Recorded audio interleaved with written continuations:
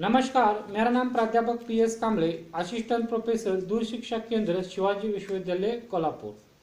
आज हम बीए भाग 1 हिंदी ऐच्छिक पेपर 1 सत्र 1 इकाई 1 में से वसंत आ गया इस कविता का की विशेषताएं पर चर्चा करेंगे। पिछले दो वीडियो में पहले वीडियो में हमने इस कविता के कवि अज्ञेय जी का परिचय देखा। दूसरे वीडियो में हमने इस कविता का भावार्थ पर चर्चा की। आज के इस वीडियो में हम इस कविता की विशेषताओं पर चर्चा करेंगे। विशेषताओं पर चर्चा करते हुए पहले संक्षिप्त में कविता क्या है इसके बारे में थोड़ा सा जिक्र करते हैं। प्रस्तुत कविता अज्ञेय जी की बावरा अहेरी बावरा अहेरी इस काव्य संकलन से संकलित है। इस काव्य संग्रह में कविता है। इस कविता के माध्यम से प्रकृति के सौंदर्य को बिखर कर सामने रखा है। इस कविता के माध्यम से अज्ञेय जी ने प्रकृति के पूरे सौंदर्य को हमारे सामने बिखर कर रखा है। वसंत ऋतु के आगमन के पश्चात सुनहरे माहौल को बखूबी ढंग से चित्रित करते हुए कवि ने प्रकृति जैसी नव चेतना को लेकर मनुष्य को कार्यरत रहने का संदेश दिया है। उत्साह से वसंत ऋतु में मनुष्य को जगने के लिए कवि कहते हैं। इस उत्साह में वसंत ऋतु में मनुष्य को जगने के लिए कवि कहते हैं। मलय का झोंका, पीपल की खाल, सीरिस के फूल, नीम के बैर, कचनार की कली, पलाश के फूल एवं आकाश के बादल आदि के माध्यम से वसंत ऋतु के प्रकृतिगत सौंदर्य का अनोखा चित्रण किया है। प्रकृति में नव चेतना जागृत हो गई है। सारी दिशाओं में यौवन एवं प्यार के स्वर गूंज रहे हैं। कवि इस ताजगी भरे माहौल में हर किसी को नव यौवन, स्नेह तो उत्साह से चेतित होते हुए कार्यमग्न रहने के लिए कहते हैं। इस कविता में जो संदेश दिया है ये है, कार्यमग्न रहना चाहिए और कार्यमग्न से अपना विकास करना चाहिए। प्रस्तुत कविता के माध्यम से कवि ने वसंत ऋतु के आगमन से उत्पन्न उल्लासमय, ताजगी भरे, सुंदर एवं सुहाने माहौल को बेहद खूबसूरती के साथ चित्रित किया है। कवि के आंतरिक प्रवृत्ति एवं प्रकृति के प्रति उनकी सौंदर्य दृष्टि को कविता बेहतरीन ढंग से उजागर करती है। कवि की जो सौंदर्य दृष्टि, आंतरिक वृत्ति है, उस पर ये कविता प्रकाश डालती है। पेड़ों का नए पत्तों से सुशोभित होना, पेड़ में नए पत्ते आ गए, फूलों का खिलना, कलियों का मुस्कुराना, हर तरफ हरियाली और बहार का चित्र वसंत इस ऋतु में आ गया है। इस ऋतु की खासियत है। इस सुहावने मौसम में हर कई चेतना संचरित होती रहती है। कवि ने इस वसंत ऋतु का अनोखा चित्रण इस कविता में किया है। ये भी इसकी एक विशेषता है। कवि वसंत के आगमन की सूचना देते हुए सभी को जगने तथा चेतित होने का आह्वान करते हुए कहते हैं कि जागो, मलय का झोंका खेलता हुआ अपने मधुर स्पर्श से रोम रोम को रोमांचित करते हुए बुला रहा है। जागो, वसंत आ गया। कवि कहना है कि जागो, वसंत आ गया। वसंत आने पर माहौल किस प्रकार से आह्लादित हो गया है ये बताते हुए वे कहते हैं कि पीपल की सूखी खाल कोमल एवं तरोताजा होने लगी है। सीरिस के फूल खिल उठे हैं और अपने अनोखे सौंदर्य को बिखरे रहे हैं। साथ ही ऐसे माहौल में नीम के बैर में भी मिठास छाई हुई है और इसे देखकर कचनार की कली हंस उठी है।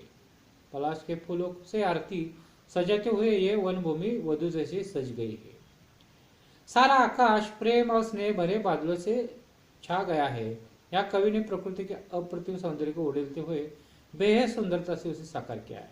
यानी कि इस कविता के और एक विशेषता है कि प्रकृति का जो सौंदर्य चित्रण है बेहद खूब सुंदरता से हो गया है। ये हमारे मन को छूने वाला है, हमें हृदय में उतर जाता है। हमें एक प्रकृति का जो साकार रूप होता है जो हम पढ़ते हैं वो चित्र रूप से हमारे सामने आ जाता है। वसंत के आने से पूरे आभा मंडल में नव चेतना जागृत हो गई है। यौवन खिल उठा है। निष्प्रभ शरीर में खून की धार चेतित हो उठी है। यानी कि यौवन के वसंत के आगमन से क्या क्या फर्क हो गए इसका चित्रण है। ये भी इसकी एक विशेषता है। कोई दूर की अज्ञात सी आह्लादे पुकार मन मानस पर छा गई है। सभी दिशाएं गूंज उठी है और असीम के आर पार भी शोर बार बार गूंज रहा है कि ये स्त्री कहेगी, हे बंधु, प्यार में ही यौवन है और यौवन में ही प्यार है। ये सीख हमारे हमको ये वसंत ऋतु कह रहा है, क्या प्यार में ही यौवन है और यौवन में ही प्यार है। कवि सभी को ऐसे मद भरे माहौल में प्यार और यौवन से छाए हुए समा की ओर आकृष्ट करते हैं। मानवीयता पर प्रकृति का सौंदर्य को आरोपित करते हुए वे हर किसी को नव यौवन, स्नेह एवं उत्साह से चेतित होने को कहते हैं। और ऐसे में आज मधुदूत भी निज गीत गाते हुए जगने के लिए कह रहा है, नवचेतना के स्वर फूंक रहा है। कवि ने प्रस्तुत कविता के माध्यम से मनुष्य को प्रकृति का सौंदर्य की तरह ही चेतित और ताजगी को संचित करते हुए कर्मलीन होकर विकास की गति को थामने की ओर संकेत किया है। यानी कि जो प्रकृति जैसे सौंदर्य से आज चेतित है, उसी तरह से हमने भी मन में उत्साह भर लेना चाहिए और उत्साह से चेतित होकर हमें अपने कार्य मग्न होना चाहिए और कार्य में लीन होना चाहिए और विकास की गति को थामना चाहिए। ये संदेश दिया है, ये इसकी विशेषता है। प्रस्तुत कविता में कवि बसंत के आने पर प्रकृति को सुंदरता का चित्र करते हुए जागरूक होकर नवचेतना को अपनाने की दृष्टि से सचेत करना चाहते हैं।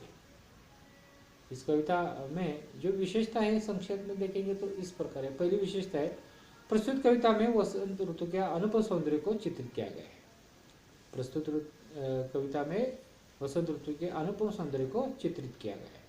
दूसरा है, मलय का झोंका, पीपल की खाल, सीरीस के फूल, नीम के बर, कचनार की कली, पलाश के फूल एवं आकाश के बादल आदि के माध्यम से वसंत ऋतु के आगमन से उत्पन्न प्रकृति सौंदर्य को कलात्मक दृष्टि से सम्मुख रखते हुए प्रकृति की अनोखी रूप सृष्टि का एहसास कविता कराते हैं। यानी कि जो भी वसंत ऋतु के आगमन से सृष्टि में प्रकृति में बदल हुए वो कलात्मक रूप से हमारे सामने प्रस्तुत किए हैं। यह भी इसकी दूसरी विशेषता है। वसंत ऋतु के उत्साह एवं ताजगी भरे माहौल से नव चेतना को लेकर मनुष्य को कार्य करने के लिए कविता प्रेरित करती है। वसंत ऋतु के उत्साह एवं ताजगी भरे माहौल से नव चेतना को लेकर, इस माहौल से हम क्या ले, ये कवि कहते हैं नव चेतना ले, और मनुष्य को कार्य करने के लिए कविता प्रेरित करती है।